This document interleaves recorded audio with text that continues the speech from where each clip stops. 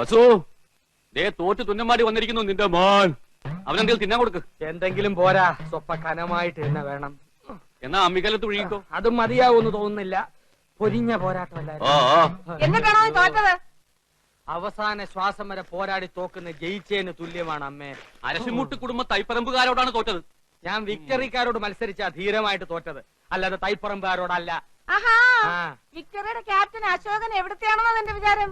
എന്റെ ഭഗവാനെ, എന്റെ അനിയത്തി സുമതിയുടെ മുഖത്ത് ഞാൻ ഇനി എങ്ങനെ നോക്കും? സുമതി കുഞ്ഞമ്മ ഗോഷ്ടി കാണിച്ചോണ്ടിരിക്കാണോ നോക്കാണ്ടിരിക്കാൻ? അമ്മ ധൈര്യമായിട്ട് നോക്കുന്നേ.